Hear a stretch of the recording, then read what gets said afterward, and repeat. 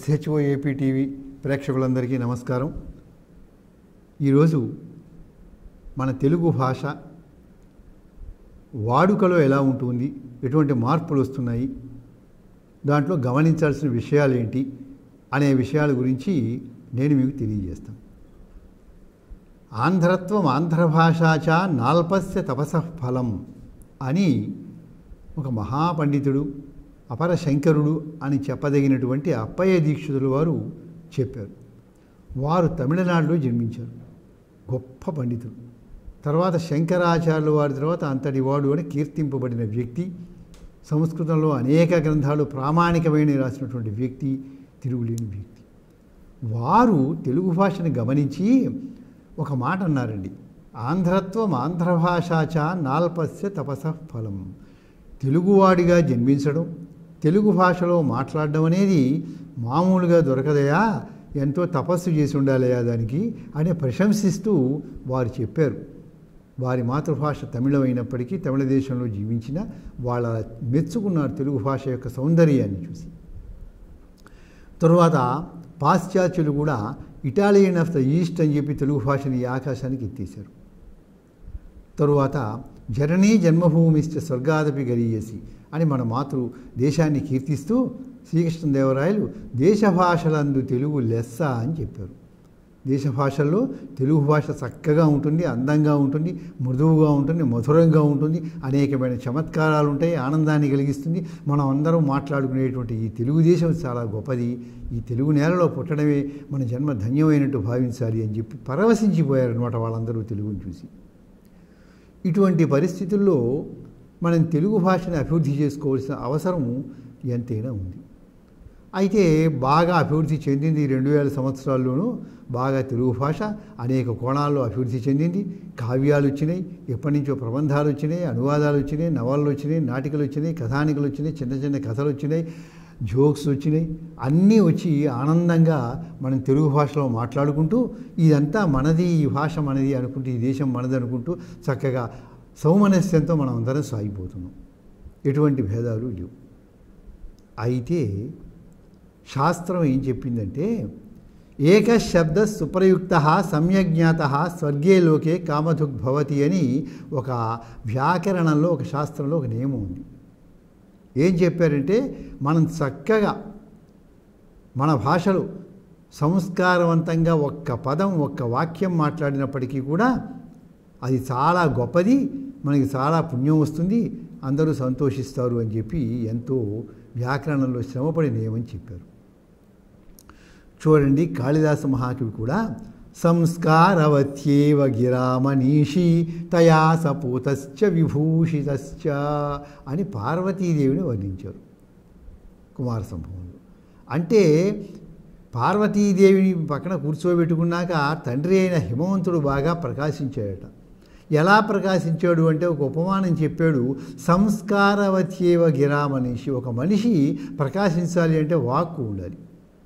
ఎటువంటి వాక్కు ఉండాలి? అది సంస్కారముతో కూడిన వాక్కు ఉండాలి.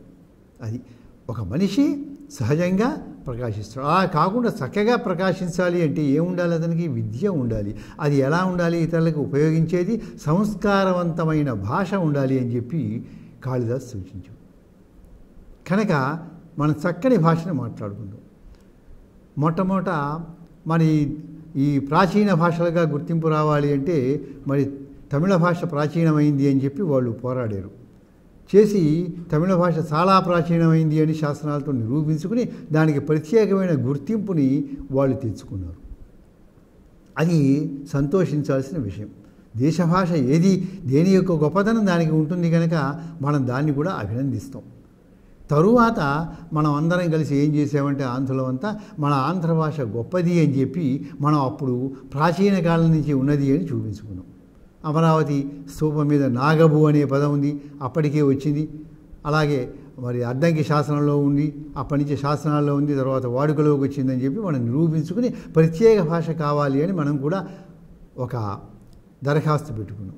ప్రత్యేక భాష కావాలి అని అభ్యర్థన చేసుకుంటే చివరికి తెలుగు కూడా ప్రత్యేకమైన హోదా కల్పిస్తామని వాళ్ళు అన్నారు. అది మన యొక్క అభివృద్ధికి సోపానం. అంతవరకు బాగానే ఉంది. మరి ఇప్పుడు ఏం చేయాలి? దాన్ని అభివృద్ధి చేసుకోవాలి కదా మనం అందరం కలిసి. ఒక స్థలం మంది ఉంది, అక్కడ నిర్మాణం అన్నా చేయాలి, లేకపోతే చక్కని పూల తోటన్నా వేసుకుని సమాజానికి ఉపయోగించేట్టుగా పూలన్నీ పంచిపెట్టాలి. ఏమీ లేకుండా అలా వదిలేసామనుకోండి, దాని యొక్క ప్రయోజనం ఏంటి? ఏం ఉండదు కదా. ఎప్పుడో అమ్ముకుంటే వస్తుంది అనేది అది వేరే విషయం అనుకోండి. అలాగే మనం తెలుగు భాష గొప్పది అని నిరూపించుకున్నాం, బాగానే ఉంది, పేపర్లో రాసుకున్నాం, అన్నీ చేసాం, బాగానే ఉంది. కానీ మనం దాంట్లో మార్పులు కొన్ని చేసుకుని మనలో ఏమన్నా చిన్న చిన్న పొరపాట్లు ఉన్నాయా అసలు అని ఒక్కసారి అనుకుని ఉంటే అవి దిద్దుకుని చక్కగా ముందుకు సాగిపోతూ ఉండాలి. చూడండి, మన వాడుక భాషలోకి వచ్చేసరికి రకరకాల పదాలు వాడుతున్నాం. అవి చక్కని పదాలు కావు. ఎలాగంటే చూడండి, ఏమండి ఈ విషయాన్ని గురించి చెబుతూ ఉంటే అంటే ప్రయోగం చెప్తున్నాం, ప్రయోగాల గురించి వివరిస్తున్నాం. భాషలో ప్రయోగము అంటే యూసేజెస్ అనమాట, మనం మాట్లాడే మాటలు, వాక్య నిర్మాణములు. అంతేగాని ప్రయోగములు అంటే ఏదో గొప్ప గొప్ప మాంత్రిక ప్రయోగాలు కాబోలు అని అనుకోకుండా సుమా. ఇప్పుడు ప్రయోగం అంటే చూడండి, అధికారికంగా ఈ విషయం మనకి తెలిసింది అని మనం ఒక వాక్యం చూస్తాం. మనం చెప్తున్నది ఏంటంటే వాక్యం ఎలా ఉన్నది అనేది మాత్రమే మనం చెప్తున్నాం అన్నమాట. అధికారికంగా ఈ విషయం మనం మాట్లాడుకుంటున్నామని చెప్తున్నారనో ఏదో మనం చూస్తూ ఉంటాం.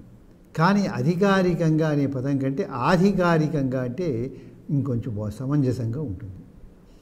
అలాగే చూడండి, ఉద్యోగులకి అందరికీ కూడా మేము వయోపరిమితి పెంచుతున్నాం ఇన్ని సంవత్సరాల దాకా అని మనకి వార్తల్లో వస్తుంది, ప్రకటనల్లో వస్తుంది, పత్రికల్లో వస్తుంది. వయోపరిమితి అని మనం అందరం అనుకుంటూ ఉంటామండి. పెంచారండి, ఫలానా మీకు బాగానే ఉందిలేండి, వయోపరిమితి పెంచారు, మీకు ఉద్యోగానికి అభ్యర్థనా పత్రాలు పెట్టుకోండి అని మనం మాట్లాడుకుంటూ ఉంటాం కదా సహజంగా అందరం. వయోపరిమితి అని ఆ పదం సమంజసం కాదు. వయఃపరిమితి అంటమే సమంజసం. అయితే మీకు అందరికీ అనుమానం వస్తుంది, అదేంటండి మరి ప్రకటనలో అలాగే వస్తుంది, మరి దృశ్యాలు అలాగే చూస్తున్నాం, తర్వాత పత్రికల్లో చూస్తున్నాం, మాట్లాడుకుంటున్నాం, అన్ని పేపర్లో ఉంది, అన్నీ ఉంది కదండి, వయోపరిమితిని అవి తప్పెలా అవుతుంది అని మీకు సందేహం వస్తుంది. మనం పాఠాలు చెప్పేటప్పుడు కూడా ఇలాగనే వయఃపరిమితి అనాలి అని చెబితే విద్యార్థులందరూ కూడా మన వింతగా చూడొచ్చు ఒకప్పుడు. ఎందుకంటే ఏమంటే బయటికి వెళ్ళి చూస్తే అలాగే మాట్లాడుతున్నారు, పత్రికల్లో అలాగే ఉంది, ప్రకటనలో అలాగే ఉంది, ప్రతి చోట అలాగే ఉంది కదండి, ఎక్కడైనా ఎవరిని అడిగినా ఇలాగే చెప్తారు, కనుక అదే రైట్ అండి, మీరు చెప్పింది తప్ప అని మనని ప్రశ్నించినా ఆశ్చర్యపోవలసిన అవసరం అంటూ ఏమీ లేదు. ఎందుకంటే అందరం ప్రయోగిస్తున్నారు కదా, అందరూ వాడుతున్నారు లోకంలో వయోపరిమితి అని. చూడండి, మనం చదువుకుని అనేక ఉద్యోగాలు చేస్తాం, డాక్టర్లు అవుతాం, ఇంజనీర్లు అవుతాం, ఇన్కమ్ ట్యాక్స్ ఆఫీసర్లు అవుతాం, గవర్నమెంట్ అధికారులు అవుతాం, రాజకీయ నాయకులు అవుతాం, పెద్ద వ్యాపారస్తులు అవుతాం, రకరకాల టెక్నాలజీ నేర్చుకుంటాం, రకరకాల కోర్సులు చేసుకుంటాం, అందరం గొప్పగా విద్యావంతులు అవుతాం. అయిన తర్వాత కూడా మనం ఇలా భాషలో, తెలుగు భాషలో పొరపాటు పదాలు మాట్లాడుతూ ఉంటే వ్యాకరణానికి విరుద్ధంగా ఉన్నవి మరి ఎవరైనా అడిగితే మనం చిన్నపోవలసిన అవసరం వస్తుంది. ఇతర రాష్ట్రాల్లో ఉన్నవాళ్ళు తెలుగు నేర్చుకున్నారనుకోండి, చక్కగా నేర్చుకుని వచ్చి మనతో మాట్లాడుతున్నారు అనుకోండి, మాట్లాడుతూ ఉండగా మనం తప్పు మాట్లాడామనుకోండి, వాళ్ళు ఆశ్చర్యపోయి ఏంటబ్బా మేము ఇలా నేర్చుకున్నాం కదా, తెలుగులో ఇలాంటి పదం వాడుతున్నారు, ఈ పదం సరి కాదు కదా, ఏంటి మీరు మాతృభాష అయి ఉండి కూడా ఇలా మాట్లాడుతున్నారు ఏంటి అని వాళ్ళు మనం అడిగితే మనం ఏం చెప్పలే, తప్పు ఒప్పు మనకి తెలియదు. అప్పుడు మనం కొంచెం చిన్నపోవలసిన అవసరం వస్తుంది, నవ్వుబాటు అనేది మనకి వస్తుంది అన్నమాట. కానీ ప్రపంచం అంతా ఇలాగే మాట్లాడుతూ ఉంటుంది. మరి మనం మార్చుకోవాలా వద్దా? ఇప్పుడు సమస్య అది. మనం మార్చుకుందామా? తప్పైతే దిద్దుకుని ముందుకు సాగిపోతూ ఉంటే మనకి అభివృద్ధి ఉంటుందా? లేకపోతే అందరం ఇలా వస్తున్నాం కనుక ఇలాగే చేసుకుంటూ పోదాలంటే తప్పైనప్పటికీ కూడా అనుకుంటూ వెళ్ళిపోదామా మనం? అంటే అవి దిద్దుకునే పొరపాటుని ముందుకు వెళ్తే జాతి అభివృద్ధి చెందుతుంది. కానీ అది అలాగే వచ్చిందండి, మేము అలాగే మాట్లాడుతూ ఉంటాం, ఎవరైనా ఇంతేలేండి అంటాం అనేది సరైన పద్ధతి కాదు. అందుకని వయోపరిమితి అనేది కాదు, మీరు పత్రికల్లో చూసినా, ఎక్కడ చూసినా, మాధ్యమాల్లో చూసినా వయఃపరిమితి అంటమే సమంజసం.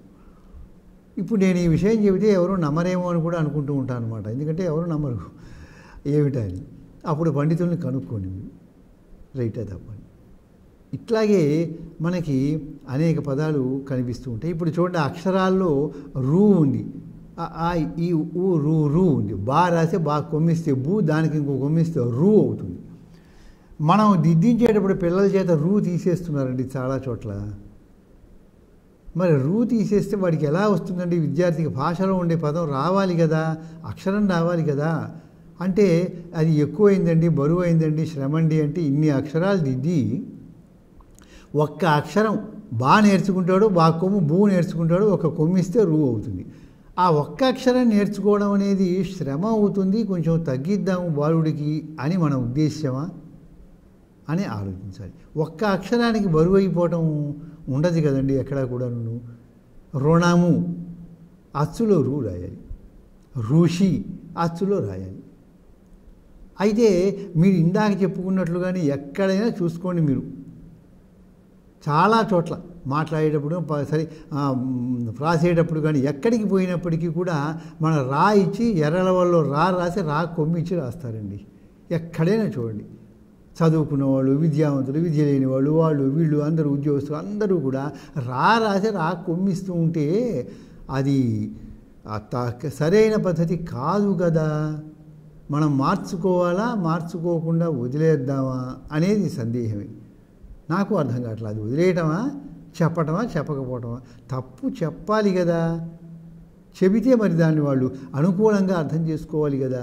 మరి ఎందుకు రా కొమ్మిచ్చి రూ వాడుతున్నాం ప్రతి చోట కూడా? ప్రతి చూసే సన్నివేశాల్లో కానీ ఎక్కడైనా సరే, చిత్రాల్లో కానీ ఎక్కడైనా సరే రా కొమ్మిస్తే రూ రాస్తున్నాం ఏంటి? రుణము అంటే అది రాస్తున్నాం ఏంటి?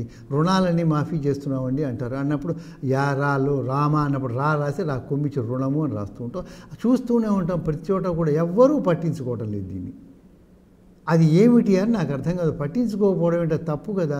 అది మనమంతా పెద్ద కష్టమైన విషయం కాదు కదా, తపస్సు చేయమని అంటం లేదు కదా ఎవరిని, చాలా చిన్న విషయం కదా. అది కాస్త దిద్దుకోవడం ఎంతసేపు పని అవుతుంది? మరి రాసేటప్పుడు పత్రికల్లో ప్రతి చోట కూడా దిద్దుకోవాలి కదా. మనం ఎందుకు ఉపేక్ష వహిస్తున్నాం? పోటీ చదువుకున్న వాళ్ళని ఎవరినైనా అడిగితే అది కాదని చెప్తారు కదా. చెప్పినప్పుడు మనం మరి మార్చుకోవాలి కదా.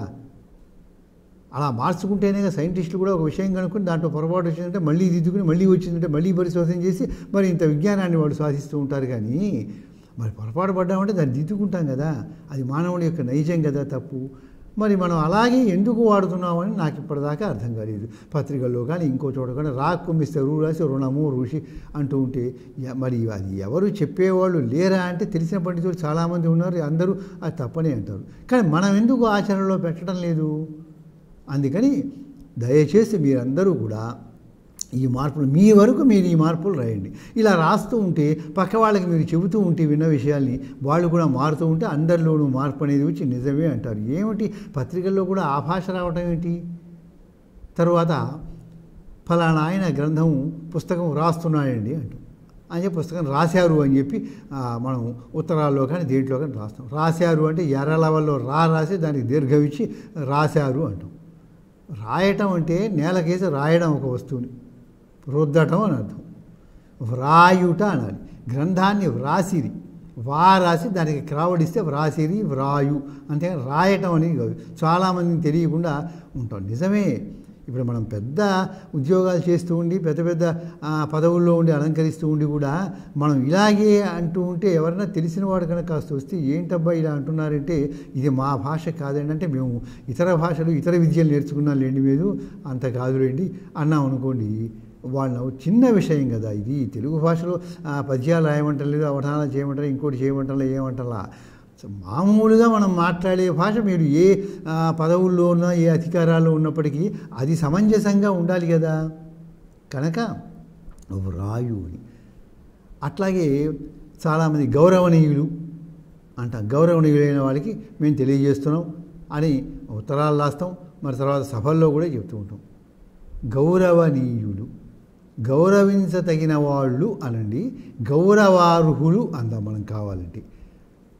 అంతేగాని గౌరవనీయులు అనేది అంత సరైన పదం కాదు, తప్పు పదం.